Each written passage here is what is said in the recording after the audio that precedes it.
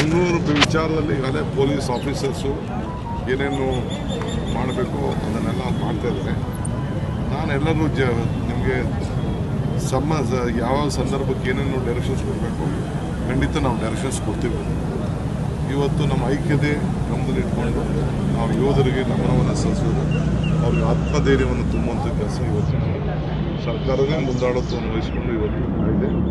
ನೀವು ಕೂಡ ಎಲ್ಲ ಭಾಳ ಸಾಧ್ಯ ಏನೇನಿದೆ ಅಫಿಷಿಯಲಾಗಿ ನಾವು ಬಂದಿದ್ದ ಸಾಯಂಕಾಲದಿಂದ ಕೆಲವು ವಿಚಾರಗಳನ್ನು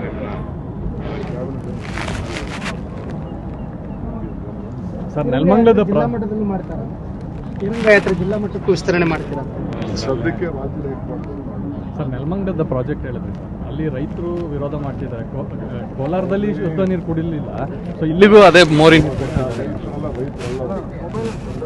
ರೈತರು ವಿರೋಧಿಗಳು